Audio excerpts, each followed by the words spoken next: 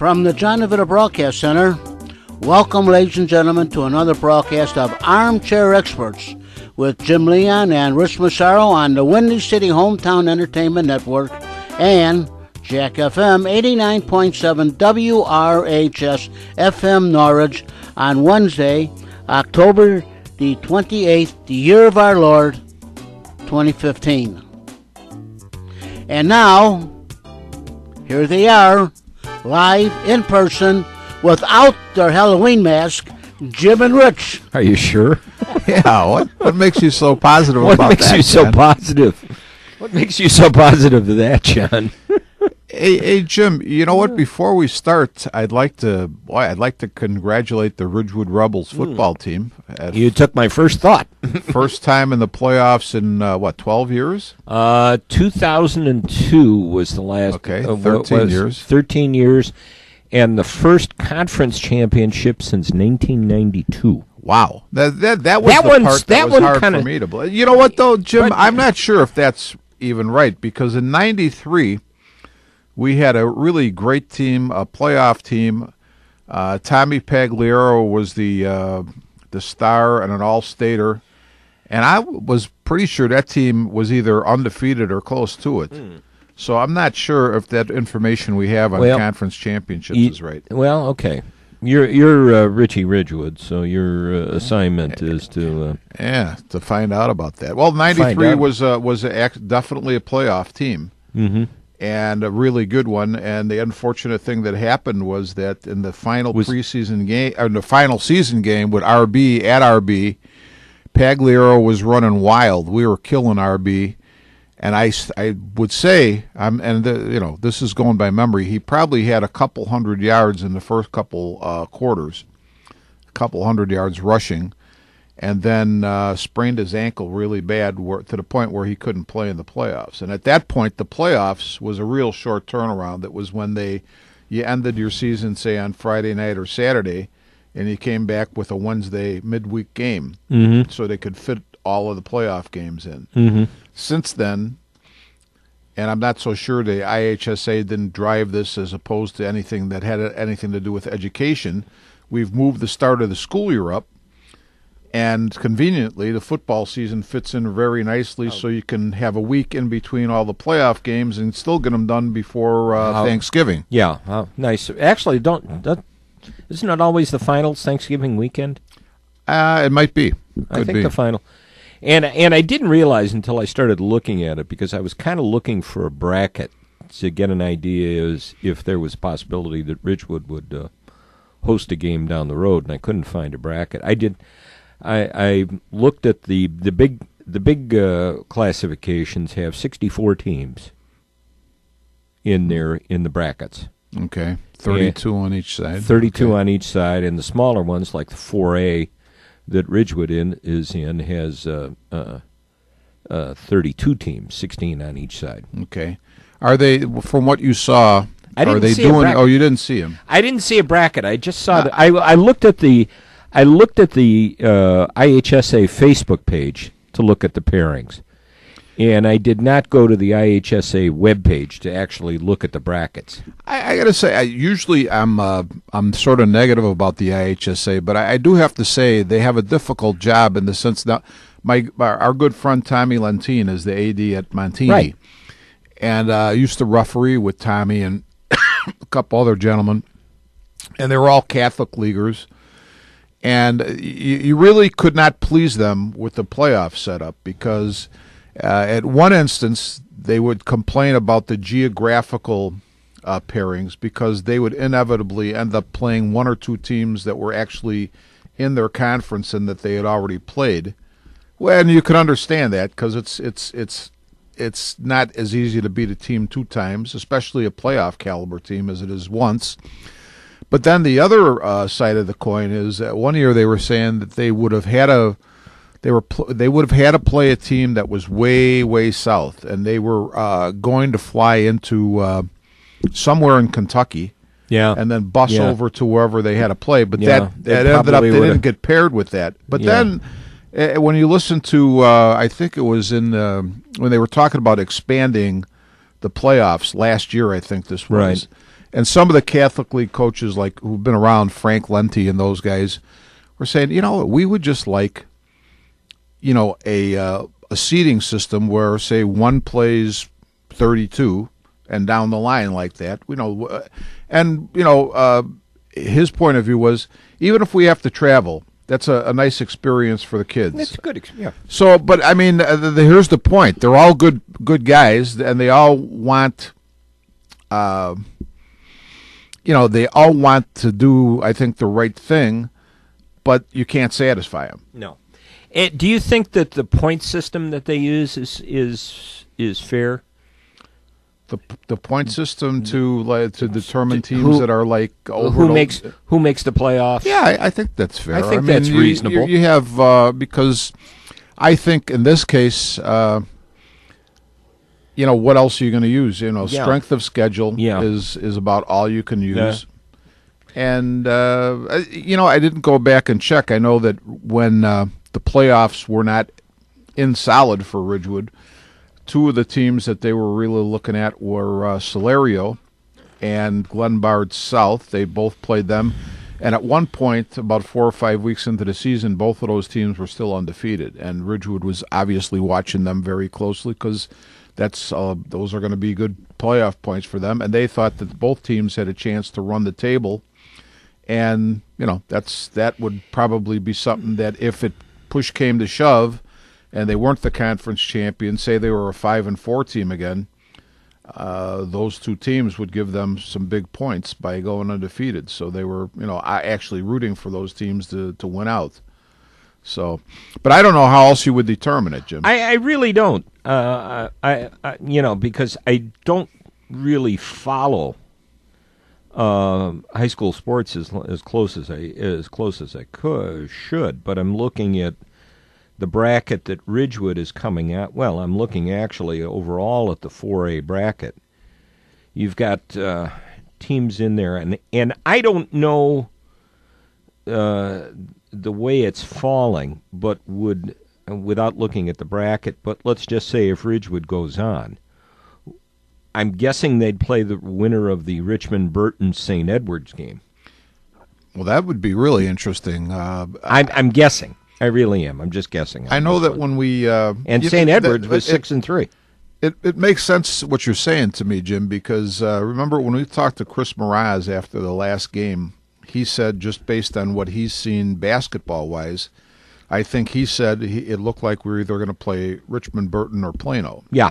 So he's correct, and I'm thinking that if his thinking is on the money, that it would make sense then that we would play the winner of the game you just mentioned, Richmond, Burton, and St. Edwards. The other thing I was going to say is that if you're an 8A or probably a 7A school, it's a pretty reasonable expectation if you're a Chicago area school that you will play probably – you'll stay right in the Chicago area. Once you start to get down to, say, where we're at in 4A, you're probably going to have to travel a little bit anyway. Yeah. So now, the other possibility, not looking at the brackets, would be to play the 8-9 winner, which would be Pontiac and Johnsburg.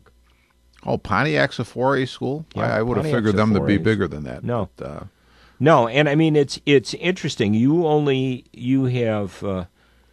in the bracket that Ridgewood is coming out of, you have Phillips at 9-0, you have Marengo at 9-0, you have Rockford Lutheran at 9-0, you have Geneseo at 8-1, Manteno at 8-1, Richmond Burton at 8-1. Then, oops, lost it. Then you get into the 7-2s with Plano, Pontiac, Johnsburg, and Ridgewood all at 7-2. St. Edwards is 6-3, and Herscher is 6-3. Okay. Wheaton Academy is 6-3. Okay, they're in our conference, right? Yeah. And Wheaton Academy, Dixon is 6-3. The 15 seed is Coal City at 5-4, and the 16 seed is Genoa Kingston at 5-4. That's just the bracket we're in. Every time I think of Plano, I think what I'm actually envisioning is Marengo, But Plano is now. Where are they from us? Do you have any Plano idea? is west. West. I thought it might be west. West. I mean, like far. West of. I can't tell you exactly how far. John has that quizzical look, like he might know. I think it's out around Montgomery, out in that area. All right, so like west of Aurora. Yeah. Okay. Okay. Yeah, I thought so. Because what makes me say that is that. Actually, I think we're fortunate because when Ridgewood playing, I'm talking fortunate in the sense of how we have to travel. Because look at the other game of the 7-2s that you mentioned, and I'm thinking, what did Pontiac do wrong? Because are they playing at Johnsburg or is it reverse? Pontiac is the 8 seed, so Johnsburg's coming there. So what did Johnsburg do wrong? They got to, because they're up by near Wisconsin and Pontiac is way down south. Yeah, so they're going to have a nice. Yeah, they're going to have a nice. They're going to have a nice visit, and I'm looking. I'm looking at the way the seedings are done, and I think for the most part. They seem, although Phillips is, I have no idea where Genoa Kingston is. Genoa is near the state line, Wisconsin state line. Genoa? Yeah. So Phillips is going to have to travel from the city up near the state line. But I'm looking at the other bracket. You have Althoff versus Clinton, Harrisburg versus Quincy Notre Dame, Rochester and Alton Marquette, Murfreesboro and Carterville, Columbia and Breeze Central, Civic Memorial and Breeze Materday, Taylorville versus Mount Zion, and Heron versus Richland County, or consolidated probably. So I mean, other than I know Breeze Materday is usually that's a familiar name. I think they're usually in it. The other schools could be perennially in it, and I would have no clue if they were or not. So it's interesting.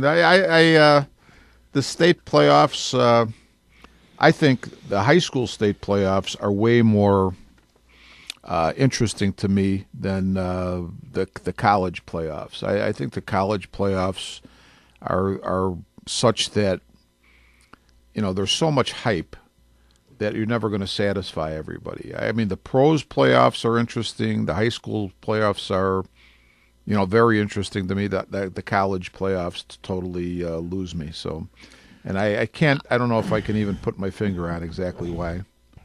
So I think I think we've talked about this before, especially with the college playoffs. That when they got rid of the old system for the college playoffs, I mean, people were complaining about that because the numbers didn't match up or whatever, and then they started to actually try to go through the systems and look at each team, look at the quality of each team, other than just looking at the numbers and where they ranked, all the various analytics that they came to come up with the rating system, and they don't like that either. I mean, I think the whole thing is misguided in the sense, as you're talking here, Jim, I'm thinking to myself, okay, say your team X, say you're Michigan State, and you play, I don't know, whoever. Or say Wisconsin, they played Alabama right off the bat. Right. They played Alabama when Alabama was at full strength. And now they go further down the line, and they play somebody else who, at the time they play them, 2 or 3 key players are out. So that win, maybe doesn't mean as much, but really, technically, it does. If let's see, my thoughts aren't really clear here. I think another example would have been the fact that early on in the season, second game of the season, Michigan State played Oregon. Right. And at that point, well, okay, they beat Oregon, even though it was a close game, but that was a quality win. Then Oregon got the snot beat out of them. Hey, you're saying exactly what you were trying. That's what I'm trying to get. Or then Oregon down the road got the snot beat out of them. What is a team really? Okay, that's an impressive win in the second week of the season, but as we get into later weeks in the season, it maybe loses some of its luster. Or somebody beat Oregon by 6 touchdowns. Yeah. So it's that's true. And the other thing is we can't really rely on the so-called experts because they're pretty clueless at times. I'm not saying all the time, but at times. And it just is. I would just assume. Let's put it this way: the people who really do this day in and day out were not happy with the coaches and the writers' polls. But to me, hey, did they miss it once in a while? Sure. But I thought most of the time that they did a pretty good job. It's interesting too, and you talk about the people that keep an eye on this. There's a guy who writes for Yahoo Sports, Pat Forty, who every week comes out with who he thinks the Final Four is going to be in. Okay. Last 2 weeks, it's changed. Of course. Well, yeah. Well, it's been such a. This is a year for college, especially for college football, where there's really a lot of good teams. Is there any dominant team? No, not that I see. No. My feeling is, and I detest when all these media types, and I finally heard one of them, and I couldn't remember who it was, that was really sort of not disrespecting the SEC, but all of them praise the SEC so much. Yeah. But the Big Ten and the Pac-10 or 12 or whatever they are now, whatever they call themselves, and these other conferences, which are good football conferences, those are really competitive situations, and your team, whoever you are in those conferences, you're tested every week that you have a conference game. Sure. But I guess what I would say, though, getting back to... What's the saying? The SEC West eats their young?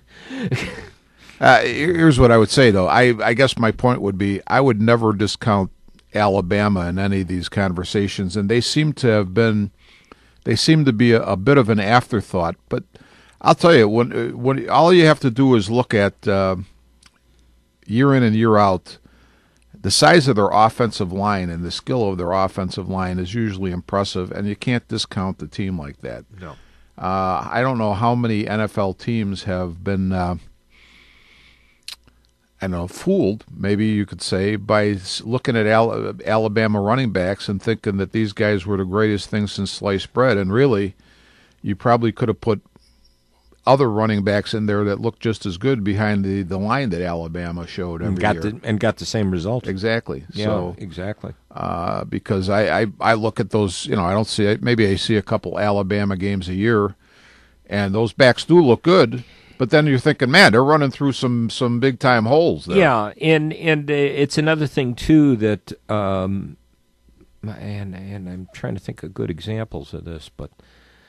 You see so many quarterbacks come out of college, and they think, "Oh my God, they're the next greatest thing," and they come into the NFL and lay an egg. Yeah, I think, in all fairness to, I'm going to sort of segue because we just got done with a Cubs season, but I think the Cubs, and I'll connect this. But one of the things that we saw, and I used to down talk Epstein like crazy, but what we've seen is that the people who run the Cubs and the people who are looking at prospects in the Cubs organization know what to look for talent-wise. Right. Not just the obvious guys, but the guys that they signed to fill in, like say a Fowler who comes from a couple of different organizations, and I would say, that's the hard part for anybody, even if they're professionals, is to say, okay, Danny Lefevre from Central Michigan University looks like a really good quarterback, and he's got all the skills, but you still do have to look at week in and week out what type of competition is he seeing, who he played against. And sure. I'm not disrespecting. I think Central Michigan is that the MAC. That's maybe the MAC. The MAC is an excellent conference. I'm not trying to down talk the MAC, but it's not the same as say playing in the Big Ten or the SEC or Pac-10 or whatever we have. So that doesn't say that Dan Lefevre or whoever it is that's a MAC quarterback, for instance, couldn't be a really good pro. but you really have to be sure. You think about that. I mean, who were the two hot quarterbacks that came out of Northern Illinois over the last few years that just... the one kid that tried to make the Bears as a running back. Right. I can't think of his name right now. Yeah, and I just went. And the other guy you're talking about that preceded him, I think, did make a couple NFL rosters or practice squads. He may still be kicking around, but I can't think of either of their names. I can't think of his name. Yeah. But it was, yes, you were a great conference in the MAC because you were playing an offense that probably suited the MAC. Yeah. It's a different game once you get into the NFL. But on the flip side of that, when you talk, Marcus Mariota is a good example of a guy. What is he going to do when he gets under center? You got to laugh at a comment like that because here's a guy who's probably played quarterback since he was young, and I'm sure, taking a snap from center is not going to be. I mean, you could teach an 8-year-old that in about 2 minutes. So. You can teach an 8-year-old about that about 2 minutes, but when you've had somebody who may have played all through high school and all through college in a spread formation, in a shotgun or whatever, and never took a snap under center, it's a little difficult. Your habits are very much ingrained. They said that was the biggest problem with Tim Tebow when he came in, when he was at the combine. That they said his footwork was terrible because he never took a snap from the under center. Mm-hmm. Yeah, and that was a skill, I could see. And that was a skill he had to learn. And I don't know if he ever learned it very well. Obviously, he didn't because he's not on anybody's roster. Yeah. And when he came into the NFL, everybody looked at him and said, "Well, you're not a quarterback. You're a wide receiver. Or you're a tight end or whatever." No, I'm a quarterback. I'm going to play quarterback, and he was terrible. Yeah, well, I don't know. I don't know if I would. Obviously, people agree with you. I would say this: if you have a coach that really loves Tim Tebow or whoever, doesn't matter. You're going to find a way to work him, and that'll be. That's another conversation we've had many times over the years. I always used to tell my kids, if you go someplace where they love you, that's great. But if you go someplace where, okay, what are you doing here? I mean, we already got plenty of what you bring. We got plenty. So what are you doing here? We got plenty of. That's the place you really don't want to be. Yeah, we got plenty of what you're selling. The unfortunate reality is that happens to a lot of players, regardless, men, women, whatever sport you're talking about. That's just the way it is. I think an interesting thing is, and I don't know why this thought came into my mind as we're talking about that, but I think it links up is, we were talking the other day over coffee about the Blackhawks and, Duncan Keith being injured. But what a nice opportunity it affords for, say, a Van Riemsdyk or a Rundblad or a Trevor Daley. Now those guys got to step up. They're going to get the minutes. And, it's sort of like, well, the coach is loving to see you come to practice now because we don't have Duncan Keith, and you're going to have to do some good things for us. And so far, they have. I think that's the other thing. I think the opportunities unless you have overwhelming brilliance, which is a minuscule proportion of athletes, you better have some luck and some good timing because right now, I'd say. Hey, whether these guys stick with the Hawks or they go someplace else, guys like Van Riemsdyk, Svedberg, Rundblad, this is their chance to shine. So far, in just a small sample, they're doing really nice work. Not doing too bad. Yeah. And thank God for the captain the last couple of games. Yeah. But I have to say, it's all about timing and luck. And unless you're, well, I shouldn't even say. I was going to say unless you're Tom Brady, but Tom Brady wasn't even. Tom Brady had overwhelming talent, at least the way they saw him draft wise. No, Tom Brady came out on this was a sixth round draft pick, and I had to go back and look him up at Michigan because there was one year he was the starter, another year he split the time. Yeah, he only started by himself 1 year. 1 year. Yeah. He split the time, and I can't remember who he split it with. I think it was it another one of the Drews? I want to say it might have been Drew Henson. Drew Henson, you're right. And you're right, Drew Henson. The story there was that I don't know who the coach was, whether it wasn't, was it Moeller or was it, who's the other guy? May have been Lloyd Carr. Lloyd Carr. I think it was Lloyd Carr. Moeller, yeah. I had to look because I thought it was I thought it was Moeller, and I thought they were still kind of in that Bo Schembechler run type offense, never let the quarterback pass. Well, here's another thing, though. How things can stack up for a player. Brady, obviously a great quarterback now in retrospect, but goes to Michigan. He's a California guy, up versus Henson, who's the hottest prospect you can imagine from Michigan. If Lloyd Carr actually plays Brady in front of Henson that junior year, they're going to hang him, especially if something goes wrong.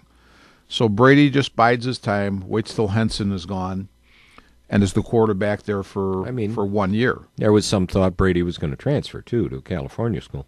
Yeah, since he was from California. But I don't think that thought might have come from the media. What I've read, that thought never was Brady's thought. Brady was like, okay. Brady's one of those guys who's like, you know what, I'm going to show you. That's it. And but, I mean, there's a guy who's really basically, like you say, split the time his junior year, carried a clipboard probably his sophomore and freshman year, and was the starter 1 year.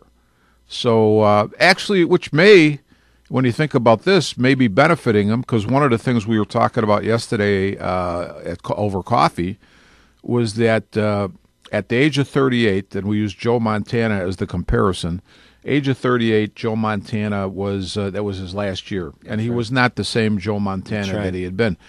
Brady's 38, and if Brady put it this way, if there's a slowdown, I certainly can't detect it. Brady, when I was headed back home last night, and I got in the car and turned the radio on, and I heard the pregame show for the Monday Night Football, and Brady does one of the interviews on the pregame show, and he wants to play another 10 years. Yeah, I heard he said that in the paper as well. I guess my point about Brady, though, is that maybe the fact that he wasn't exposed to however many more hits that would have been had he been, say, a 4-year starter in college, may be benefiting him at this point in his career now, because he's got that many less hits on his body. That's true, and there's always a finite number when things we never quite know. No, yeah, you don't. You never quite know. There's a finite number of hits you can take, passes you can throw, pitches you can make, minutes you can play in a basketball before everything starts to wear out and break down. I don't want to get too deep into a topic since I see we're getting towards the bottom of the hour. Already? That went really fast. This one moved. All of a sudden I look and I'm going, holy cow, we've almost got a half hour early. John, how about if we do this early? We'll do the station break actually early. Man.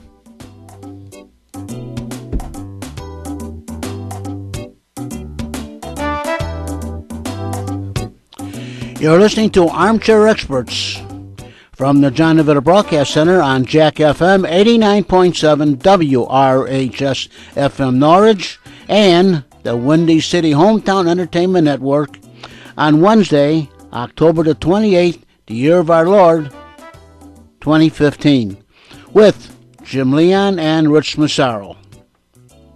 And you are tuned to Jack FM 89.7 WRHS FM Norwich, Illinois. And now back to Jim and Rich and Armchair Experts. Is it Jack-O-Lantern FM now? Yes. Yes. For the weekend? Yes. Yeah. Through 1st of November? And then Jack Frost FM. Yes. Will we be the first station in town to flip to Christmas? Yes. All right. All right. We are every year. The small but mighty 89.7. Very mighty. Yes. Jim, if you notice, gentlemen, lately John. now, we can be heard on York Road. Oh, hey. Yeah. All right. Wow. Holy mackerel. Have you been playing with the transmitter? No, I just went out and bought a long extension cord. Here you go, John. Hey! All right, John. Woo-wee. John. Jim, he liked that one. He's just sitting there. He's sitting in the bear laughing. We're talking about, a finite number of, things that an athlete can do. And Jim Kelly, who is one of my coffee partners in the morning, coffee. is really he's a very astute guy. But he was talking about John's favorite athlete in the whole world the other day, Derrick Rose. You're all excited for basketball season, aren't you? That's tonight, John. John, you all ready? Oh yeah, I got my chair all set and ready for me. Got your chair all set. You got a beverage in the refrigerator. Oh yes, I sure do. Oscar and I, we both do. Yeah, and you're going to have make some popcorn start of the game. Oh yeah. Okay. Oh yeah, we're all set. I know you look forward to Derrick Rose coming out on the court. Well, really, gentlemen, I don't dislike the gentleman. I mean, he's a good athlete. He's a good player. But the thing is, it seems like he's on the bench more than he's on the floor. That's true. And I don't think for the dollar bills that I'm glad you said it instead of me. For the amount of dollar bills that he's getting, that he should spend more time on the floor than on the bench or whatever. Yeah, that's true. I mean, he's a good player. I have nothing against him. As long as he's out there, as long as he can make points and he can make the Bulls win, I'm for the man. Mm-hmm. I don't think you're not going to see the Derrick Rose.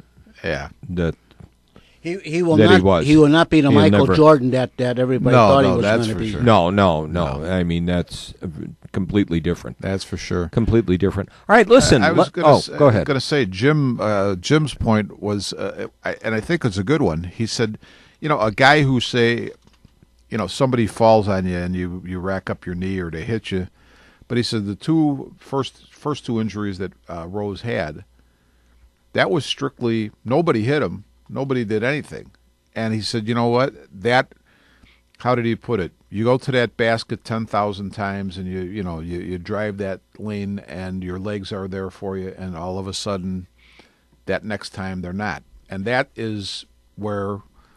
Getting back to your statement, your body, that area of your body is breaking down. And I think he's right. I mean, it's not anything that is totally provable, but I think he's right on the money. I think as an example of that, too, and I think that John's point about he spends more time on the bench than anything else, even when he is, supposedly healthy to play. I thought of the analogy looking at Sam Bowie back years ago. Sam Bowie was the number two selection in the draft by Portland, and which left Michael Jordan to be selected number 3 by the Bulls. Right. And Sam Bowie just had a career full of injuries. Yeah. But Sam Bowie was always trying. Actually, you know what? Sam Bowie, I believe, is a very successful horse trainer. Yeah, that's now. Yeah. Now that I think about that, but Sam Bowie always tried, and was always working at it. I got a kick out of it today when I was driving here, and I had the radio on, and they played a clip since tonight's the opening night of the NBA season. I got a kick out of they played a clip of who was the guy, Jared Greenberg, I think it was NBA TV, and he was trying to do an interview with Greg Popovich. I was thinking baseball. Yeah. And he starts out by asking him, he said to Popovich, he said, you said something this summer that with a lot of changes, the camaraderie is gone on the team. Do you want to elaborate on that? And Popovich went, I never said anything like that. He says, yes, no, I didn't. He says, I don't know where you got that. I never said anything like that. And you hear Greenberg go, okay. Well, he said, you signed, and I can't think of who, Jamarcus. Aldridge. You signed Jamarcus Aldridge. how well did you know him? You talked great things about him. What did you say when you were doing it? And he goes, well, I just told him what our philosophy was, and that's about it. And you can hear the panic, and finally Popovich smiled, put his arm around him, he says, I'm jerking you around. He said, I got to get in shape for the season. Let's go back to something. Let's go to something else. And here's another question that kind of gave me some thought today. Something else. Since the World Series is going, Thanks, since the World Series will be underway, as we begin the conversation, or as we start by the time this plays tomorrow, we'll have Game 1 of the World Series. Game 1 will be over. Sox were never in it. Cubs are out of it. You interested in the World Series at all? Or are there too many other sporting things that are... The fact that the World Series now comes so late. No, is it still something that's interesting to you, even if the Cubs or the Sox are not involved? No, I'm always interested in the World Series. Baseball is still the greatest game, and even though that's changed, I don't like a lot of the things in the game. Baseball still, it's the best game going, and of course I'm interested in the two teams that ended up to be the two best teams coming out of the playoffs. I'm definitely interested. What about you, Mr. DeVita? You have that very philosophical look on your face as I look into the room there. I enjoy baseball. Are they starting tonight? Yeah. Okay, I didn't know that they were starting tonight. It seems like the baseball season is going into the month of November. Well, the World Series, if it goes 7 games, the last game of the World Series, I think, is November 4th, maybe. Oh boy, yeah. Oh. But I enjoy baseball. I'm anxious to know who's going to get into the World Series. All right, so you still view it as something. Yeah. Something important, even though the Cubs or the Sox aren't in it, and there's other things that could draw your attention. That's right. I will say this much, and for the Cubs, they did better this year than they did the past 99 years. I mean, really, they really. No, it's too bad they couldn't have won the last couple games and gone further. Well, we'll get into that one soon here too. Okay, but no, I enjoy baseball. Okay, so you both are still traditionalists that the World Series is the World Series. That's right. I think it's good. Yeah. Okay, I was curious because my interest kind of wanes after my interest kind of waned after the Cubs were out of it. I probably will look at it because I honestly think. I would, if I was making a pick tonight. Actually, I did. I put something down. I took the Royals. Yeah, well, I don't even know who are the starting pitchers. I don't even know who's starting tonight. Talk amongst yourselves. I'll look it up. The interesting thing to me, I forgot who's starting tonight. Isn't it in the paper? Oh, why don't I look in the paper? Hey, that's right. There we go. You left that'd be pretty simple. I mean, I brought that. Wow, wasn't that a good idea? I brought that paper down 5:30 this morning for you. Hey, Harvey versus Volquez tonight, and they're not going with Cueto. They're holding Cueto to Game 2. Oh, I don't think Cueto's been exactly lights out for him. No, he's been at all. Regular season or to playoffs. I'm surprised he's pitching Game 2. Yeah, it's Harvey versus Volquez. Tomorrow night is DeGrom. Wednesday, Game 2 is DeGrom versus Cueto. Game 3 is Ventura versus Syndergaard, and Game 4 is Young versus Matz. It'll be interesting, Jim. I look at the Harvey and DeGrom, and who's the third guy? Syndergaard. The same way we talked a little bit yesterday about Jake Arrieta. Jake Arrieta, I mean, super hot, obviously, for, 2-3 months at the end of the year. I mean, hitting all of his spots, plus his stuff is excellent, and so batters weren't touching him. And I think the same thing applies to the 3 Mets pitchers who pitched lights out against the Cubs. I really I mean, people love to say the Cubs choked, or your buddy Tellender says it's the field. Oh God! But please don't start. But here's the thing. Me sick. Excellent talent, DeGrom, Syndergaard, and Harvey. But will, in a week's time, we talked about this as well. In a week's time, and they've been laid off for a week. Will they be hitting those spots the same way they hit them last week? Things change. They change all the time. Things change. They have the ability to do it, but that doesn't mean they're going to do it. That's right. That's right. And I think of a great Joe Maddenism. Momentum is tomorrow's starting pitcher. Yeah, and that's going to be what it's going to wind up being. I think I look at the Royals, and I think initially I saw the series go up as even. I think now the Mets might be, the New York money has come out, and the Mets are slightly favored. I think that's what I saw because of their primarily because of their pitching staff. But I think Kansas City's Kansas played with a chip on their shoulder all year. Mm-hmm.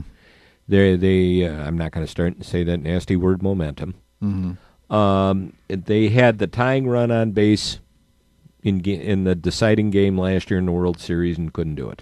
Well, here's the thing though. Why you asked me this a day or so ago or last week, and I said the Royals, and I say this. First off, in Kansas City, their ballpark is going to favor them big time. Sure, and they've got the 4 games there. The second thing is, even when they go to what is it, Citi Field? Citi Field. Even when they go to Citi Field, if the conditions say are similar to what they were in the Cubs series, it's not going to favor the Mets as much with the Royals as it did with the Cubs. I really think that the conditions, I'm not saying using it as an excuse, but the type of team the Cubs had, that weather was not ideal for. I think that weather, if they have that same type of weather, is going to hurt the Royals far less than it would hurt a team like the Cubs. Mm-hmm. The Royals are more of a team that plays because of their park where they play, put the ball in play. They're not relying on the home run ball, which the Cubs rely on a lot. And so that's why I would say just basically whatever conditions there are, I think the Royals won't be fazed by it. They'll be in their home park for 4 games, which favors them. But even in their away games, they won't be at as much of a disadvantage as the Cubs, and they may be able to really effectively play at Citi Field, even if the conditions are not good, mm-hmm. because of the type of team they are. Because of the team they are. Yeah. So I think we're both in agreement. We're looking at the Royals. I guess it's just a question of how many games. Well, that I wouldn't guess on that, because you have to think it would be very hard for the Royals. Put it this way: to think that Harvey, Syndergaard, and DeGrom are all going to go south after a week off that's not going to happen. But say even if one of them is off, I think that'll give the Royals enough of an edge to win the whole thing. How many games? You're not going to sweep. I don't think you're going to sweep the Mets with those 3 guys pitching. No, I don't think so either. I think it's probably going to be a 6-game series. Yeah. The other thing is, I think the Royals, and it doesn't have to work like this, obviously, but I think the Royals are on a mission. They just barely missed winning last year. Right. And I don't think they want to miss this year. Right. And I think that they are mature enough and a good enough team that they can get the job done. Yeah, I mean, they've played with an attitude all year, and they missed, I guess, tying run was on base. Yeah. And they couldn't get it in. Yeah. So I think that's going to be something they're going to think about. And will that give them momentum? Momentum is a strange word, so we'll have to see. Yeah, well, put it this way, though. I don't know. I understand what Joe Madden is saying. because you can turn that the momentum that somebody else has around with a strong pitching performance. But I think, when I looked at what the Mets were doing against the Cubs, everybody thought, okay, they won 2 at New York. Fine, we'll have to come back and get one later in the series, but we're going to Chicago for 3. Guess what? That snowball was rolling downhill, and it was rolling right over us. And it rolled right over them. Yeah. And there was no hope for it with those arms, and those are very impressive arms. So we'll see how it comes tonight. And you know what, Jim? The other thing is, things like that can get contagious. It wasn't just the 3 guys that we've named, but Matz or however you say his name. Now, he didn't go 5 innings even, but when his stuff was outstanding. So you know what? It's like it just snowballs. And he didn't lose a game during the season when he was brought up. Right. So, but that that can turn just the other way around. It can snowball just the reverse too. Yeah. So it can go either way. But I'm liking the Royals in this series. Mm-hmm. Now, let's see a couple of other things. The NBA season opens tonight. We've said that several times. And I said, go ahead. You were saying before. You're not. Were we talking about that yesterday? About you're not quite sure what this Bulls team is going to look like? I think just before we went on the air. Before we got into this. Yeah, I don't. I just have a bad feeling about the Bulls this year. I think this is a team that, after watching and I've only seen a little bit of them during the preseason, but after watching the discipline and the sets and the way Thibodeau ran the offense. Now you got Hoiberg, who's not quite sure. I'm not quite sure. It's like come down, fire up a 3. Yeah, put it this way: if we were if we were Golden State with the couple of the snipers they have, I guess that'd be okay. But I don't see anybody on the Bulls that's that deadly. Maybe if McDermott, finds the range, or when Dunleavy comes back. But I mean, Dunleavy's not going to be that type of a force. To me, I hope I'm wrong because it's a Chicago team, and I want to see them do well. Hold on one second. What do we got going? We have a call. Uh-oh. We have a caller. Mm-mm. I had to hang up because I have Reverend Jackson on the horn. Oh well, I gotta tell you right now, my brother. We are recording our podcast. Okay, I'll let you go then. What I'll do is this. I know you want. I know you want to talk high school football. Well, you made the playoffs. Playoffs. That's right. And not only that, I saw Brother Todd came by Hanson Stadium for my game on Saturday with my St. Pat's game. Okay. So definitely got to catch up. All right. Catch up to you. What do we do, about an hour?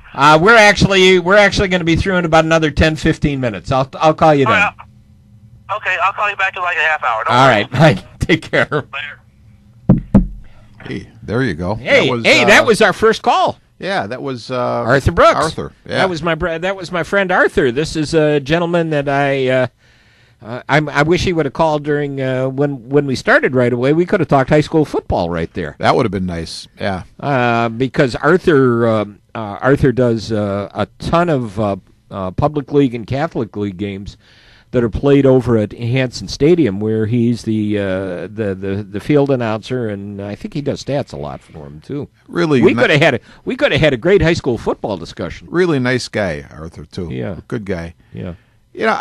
Jim, do you think though? I'll lay this on Bulls management because I think that I defended them to a certain point. Previous. But I think Paxson and Foreman or whoever, maybe it's not both of them, maybe only one of them, or maybe somebody else is making the calls. I don't know. This seems like the coach and the personnel, it seems like a big mismatch to me. I think the personnel we had were basically very, compatible with what Thibodeau liked to do. Yeah. They're for the most part, they're grinders. Yeah. And now you bring in Hoiberg, who wants got gunners. Gunners, and I'm like, I don't understand this move. And I'm not saying that Hoiberg couldn't be a successful NBA coach or won't be or whatever, but at this particular moment, with this particular team, I'm not sure that this is going to work. I mean, this year anyway. I began to think back to probably one of the worst coaches that the Bulls ever hired. Was that time when that season... When they had Westhead? Yeah. Yeah. Yeah. Yeah, that's a good analogy, Jim. Because all I could think of was Westhead's come down and shoot the ball. Right. And it worked when he was at Loyola Marymount. Well, I think it worked for him for a period of time in the NBA because he was coaching the Showtime Lakers, too. So that was but even the Lakers... there was a book that, the guy who wrote the controversial book about Walter Payton, he wrote a book about the Showtime Lakers. I can't think of his name. Doesn't matter. But the Lakers basically rebelled against Westhead in part because you still, even though it's the NBA and you have a lot of superb talent, you still have to strategize and use, I don't know if we want to call it techniques or whatever, to win some of these games. And the Lakers started losing to teams that they normally should have beat. I mean, when they got knocked out of the playoffs by Houston that one year in the 3-game set, I think that was the end for Westhead. I'm pretty sure that my history is right on that. But the whole point they went into the following season. That's when Magic rebelled. Right. And that's when Pat Riley became the coach. But, I mean, here you have Magic Johnson, probably one of the great showman in the game and a great player, when you think of Magic, the name Magic. But here's a guy who knows you got to play basketball, both ends of the court, and do the right things to win. And he knew Westhead was not doing those things. And I'm just hoping that, and like you say, Westhead, I actually think it was one of the years that I had season tickets for the Bulls. I think Westhead was the coach. And we had Dave. That's right. You would have been. Yeah, that's about the time you would have been a season ticket holder. We had Dave Corzine, and we had the other guy that we got from San Antonio. He was a big bruiser, a good player. Can't think of his name. But we don't need his name. But the point was the personnel they had didn't fit the coach. Used to drive Jabbar crazy. I can't remember the name at all. But here, I'll go back to this. We have a team that was really sort of built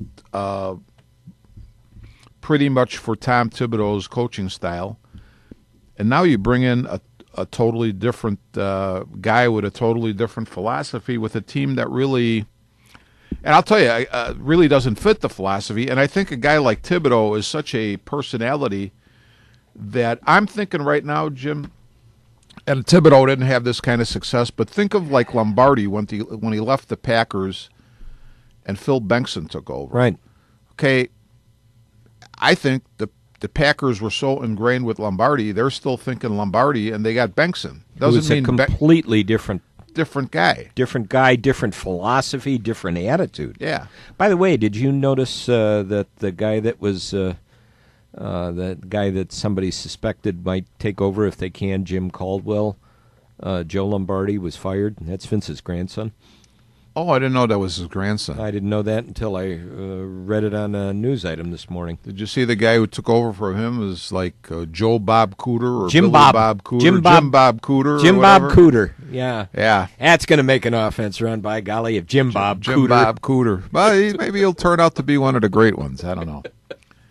But I don't know. I don't know if this Bulls season is. I'm going into this with just watching and seeing. Okay, prove something to me. Well, honestly, Jim, even with Thibodeau, because I'm not saying that getting rid of Thibodeau was the wrong thing to do.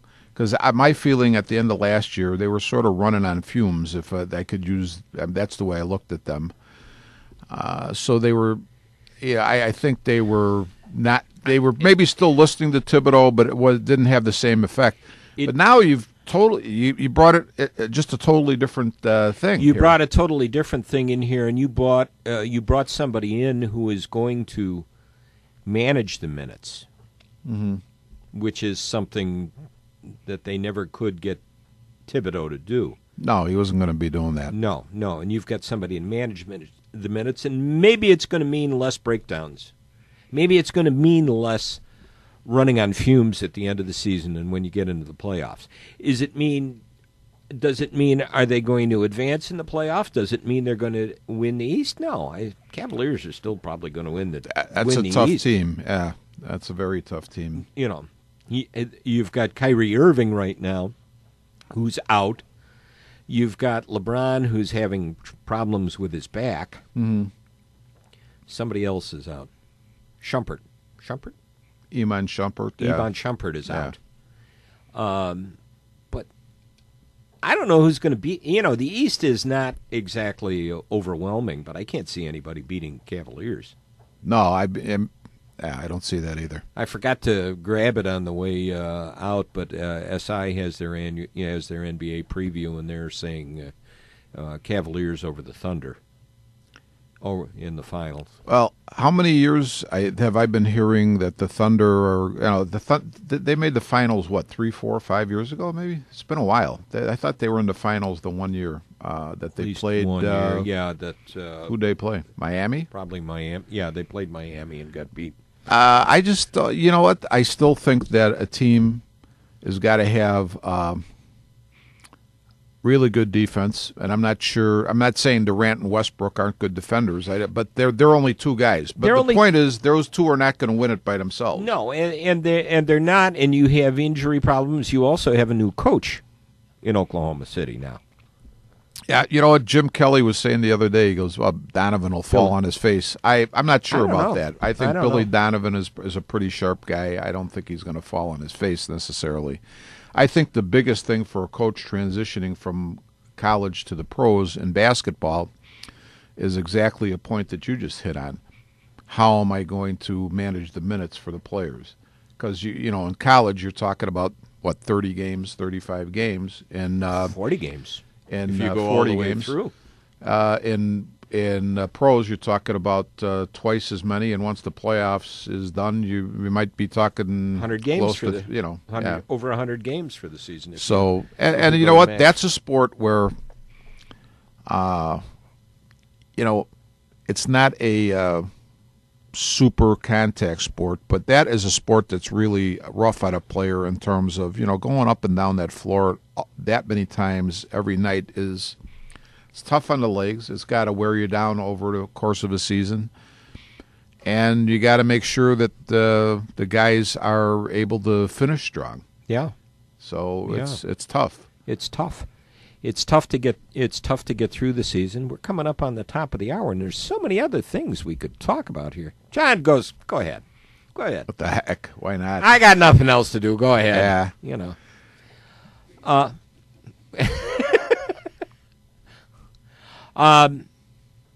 Cubs. Let's talk a little Cubs before we get out of here.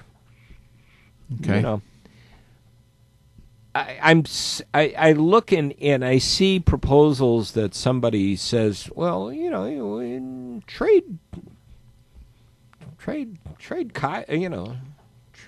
Schwarber to the A's for Sonny Gray.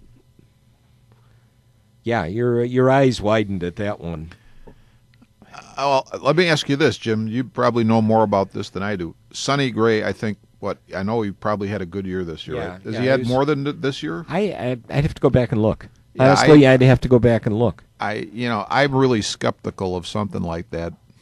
I think that, Schwarber, not only does he have the potential to be maybe... I put it this way. I think people would say, hey, Babe Schwarber. And I think they say it jokingly. Now, I'm not going to say he's going to be Babe Ruth. Babe Effin Schwarber, as they were referring to him? But what I would say is that a guy who can hit a ball that far, I mean, do you realize what that does to a team when you see you got a bunch of guys walking around like, holy crap? You know what? We're Superman out here. You know, Yeah. A guy like that is at least if he maintains this pace or maintains this steady improvement, because you're also talking about a guy who was, what did he start the year in AAA? Yeah. So you're talking about a guy who had maybe not even a half a season of AAA coming in, including the playoffs, hitting 20 or more home runs. Came in, was brought up initially just during that stretch when they needed a DH. Right. When they were in an American League park. Right. And I think the only thing that speeded up was Montero got hurt.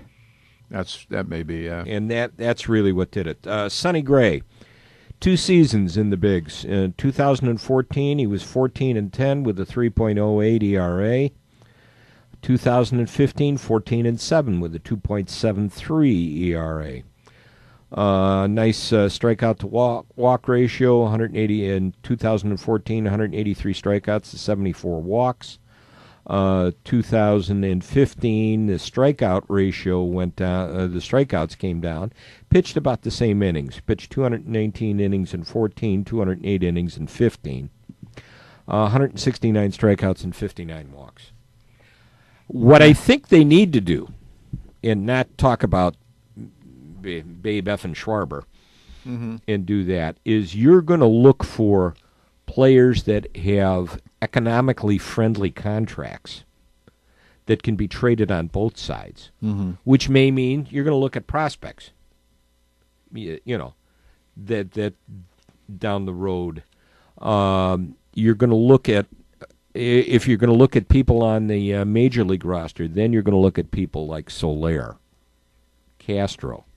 Castro doesn't really have an economically friendly contract, but I'd say his market value went up the way he played the last couple of years. And I honestly think he's going to be a decent second baseman. Oh, he looks like a real good second baseman. Yeah, I think he's going to has the potential to be a good second baseman. Baez. You know. Yeah, I to be honest with you, the guy that and I know that he really played well part of the championship series, but I'm not really sold on him. I would love to see him keep both Castro and Baez, but I'd say if you have a trading chip and maybe package it with prospects, you know, I'd say Soler. I wouldn't weep to see Soler go. No. At all. But the other two guys, like you say, Castro has proved to be a good team guy for sure. And, you know, I put it this way. The last guy out of those three I would trade is Baez. He just got a super big upside. I see a lot of improvement in him. You know, Castro, in reality, to me, as a second baseman or shortstop, you know, to hit 260, 270 with a little bit of pop, that's good. But I think you're getting back to what you said, the contract that they gave him, I think, is a little bit too much for the production that I've seen. Right. So, to me, if I said who would I trade in order, Soler, Castro, and last resort, Baez, but Soler first. It wouldn't surprise me if Soler's gone. And I'm wondering how high they're going to go to look for pitching. How many? What's the dollars? What's their upper limit dollar-wise to look for pitching? In other words, is David Price going to be out of their price range? Is Zimmerman going to be out of their price range? My guess is they probably will be. Those guys are going to be. Now, the guy I guess they really like is Zimmerman. Guy they like is Zimmerman, but I don't know if they're going to want to. Are they going to want to go another 150? Yeah, I don't know. And you know what? I'm not. We talked about this the other day. I think Jake Arrieta has found his niche as a major league pitcher, and he's going to be a good one. But the chances of seeing Jake Arrieta continue to be what he was from whatever it was, middle of July on, are slim. Sure. So yeah, you're going to. That's a once in a lifetime. Yeah, that's thing. Once in a lifetime is right. My God. You know, and John Lester is obviously steady. He may be much better for you next year. Who knows? But I think we definitely do need to upgrade the pitching. My thought would be a guy who's affordable and seems, if you believe the papers, to be on the market. I'd maybe swap crosstown and try to get a guy like Quintana. I think with a little offensive support, Quintana is probably going to be, a very good winning pitcher. There's talk about that they would like to get somebody that because he's had success as a pitching coach, find somebody else that might need a little tweaking and put him with Chris Bosio as the pitching coach. Now, the name I heard again that made me retch was Jeff Samardzija. That name made me retch. I got Jeff Samardzija. It's interesting. I almost equate Jeff Samardzija with Jay Cutler. Really great talents who never seem to quite live up to their potential. Mm-hmm. But yet Cutler is viewed as really a bum, and Samardzija always gets great press. I don't understand it. I don't understand it. I thought John was asleep there. I was going to say, Rich, start talking dirty. Speed dial to the priest. Okay. But yeah, I don't know who to cut. And the other guys I've seen that. Let's see, the couple guys that are with the Indians, Carrasco and can't think of the other guy's name. The Carrasco is the one I think that I saw. Yeah, and there was another pitcher from the Indians, and I can't think of who it was either. Yeah, but again, you're talking these mid-level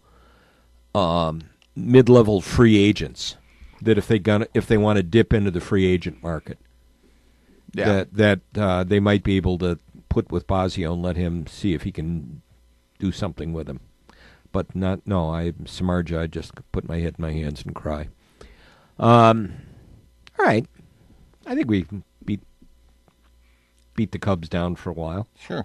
All right. Next time we get together, we will start talking a little bit more. We'll start talking a little bit more high school basketball. Yeah, we got that coming up. We've got that coming up. We're going to have to think about that. Amanda Timothy promised us that we're going to be over 500 this year. Amanda Timothy is promising us over 500 our next time we get together in November. I don't know, though. Is she planning to play that number 32 as a ringer, that volunteer coach that she's got? She going to suit that girl up again? See what happens with that. Yeah.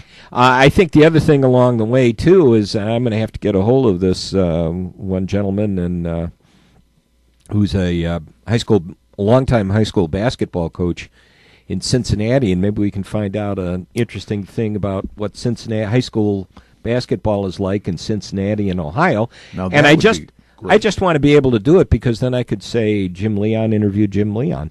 Yeah.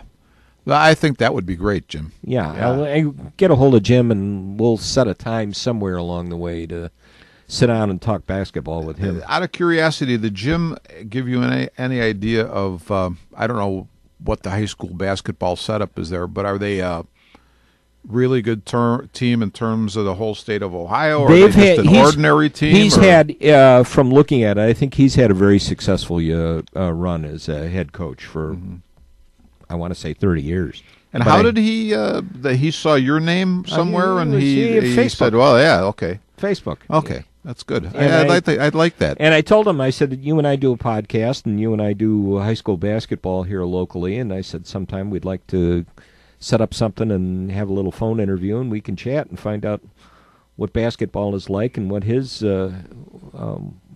schools are like. Heck, I'd love to hear what high school basketball or football was like, even in Rhode Island. I think that's always interesting. We'll find out what's going on. I think it's time for us to wrap it up and get out of here. John's looking at his phone, going, "Will these two shut up, please? I have other things to do." Get them the heck out of here. Get them the heck out of here. I've had enough of them. All right, already. I put up with them on Friday night. Do your Bill Bible impersonation, Jim, will you? Yeah, crazy. Yeah, crazy kids, get out of here. Run a lap, for Christ's sake. What's the matter with you kids, you crazy goofs?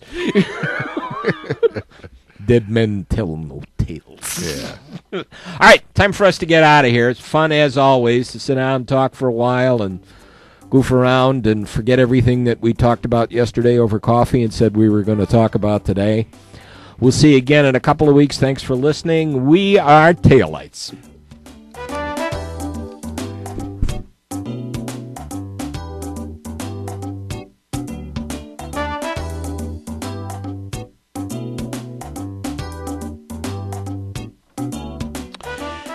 You have been listening to Armchair Experts from the John DeVita Broadcast Center on Wednesday, October the 28th, the year of our Lord, 2015, on Jack FM 89.7, WRHS FM Norwich, and the Windy City Hometown Entertainment Network with the WRHS FM sports announcers Jim Leon and Rich Massaro.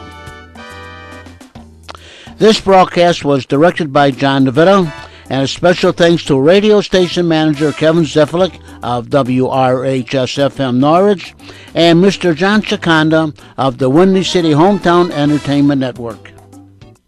This broadcast was pre-recorded on Tuesday, October the 27th, the year 2015.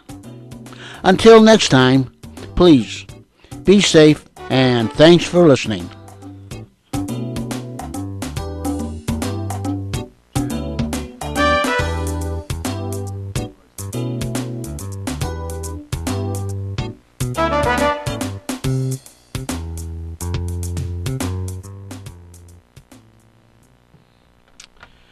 And this is Jack O'Lantern FM, 89.7 WRHS FM, Norwich, Illinois.